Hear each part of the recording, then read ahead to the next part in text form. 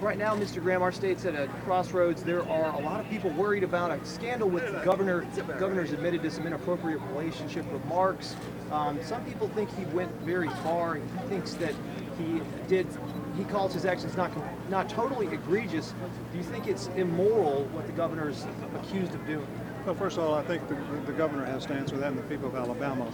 I met privately with the governor before I went out, but again, I think this is something that is, the governor and the people of Alabama have to decide.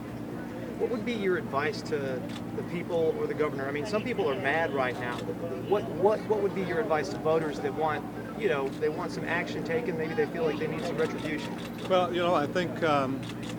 I remember there was a case that was brought before Jesus where a woman that was actually caught in the act of adultery, and they actually drug her out in front of him.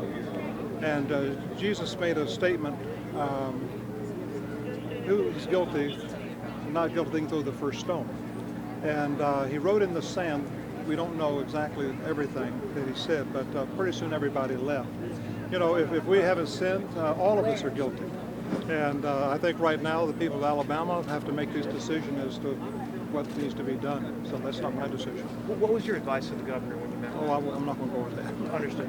You said, Mr. Graham, in terms of how important faith is, people who vote based on morality and values, how important is it for those candidates that hold that up as their platform to hold to that standard when they become elected officials? It's very important that we hold to those standards, but at the same time, everybody's a human being.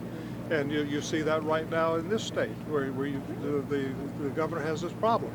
But we all fail, and we all come short of God's standards.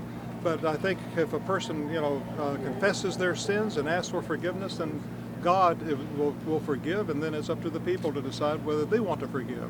So I don't think, this should be a distraction to what the business at hand in this state. There's a lot of things that need to get done, and we need to move forward.